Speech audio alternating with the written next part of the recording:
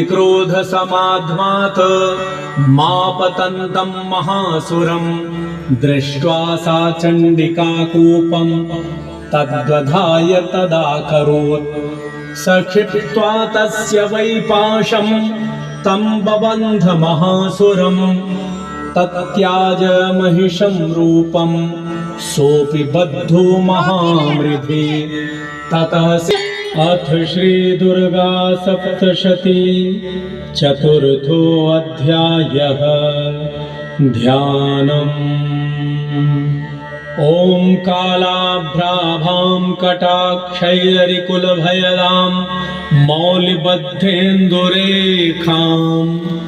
शङ्खं चक्रं कृपाणं त्रिशिखमपि करैरुद्वहन्तीं त्रिनेत्राम् सिंहस्कन्धाधिरूढां त्रिभुवनमखिलं तेजसा पूरयन्तीं ध्यायेद्दुर्गां जयाख्यां त्रिदश परिवृतां सेवितां सिद्धिकामैः।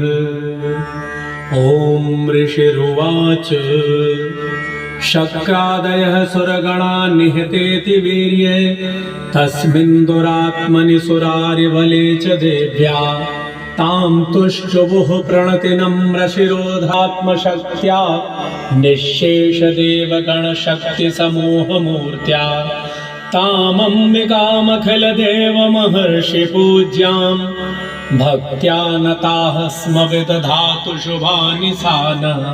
यस्याः प्रभावमतुलं भगवाननन्तो ब्रह्माहरश्च न हि वक्तुमूलं बलं च सा चण्डिकाखिलजगत्परिपालनाय नाशाय चाशुभभयस्य मतिं करोतु।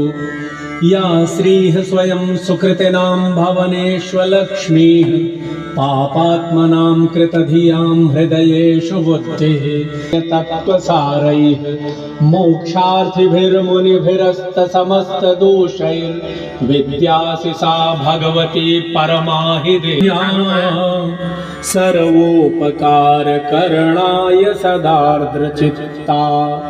एभिर्हतैर्जगदुपैति सुखं तथैते कुर्वन्तु नाम नरकाय चिराय पापम् सङ्ग्राममृत्युमधिगम्य दिवं प्रयान्तु मत्वेति नो न महितानि विनिहंसि देवी दृष्ट्वैव किं न भवति प्रकरोति भस्म।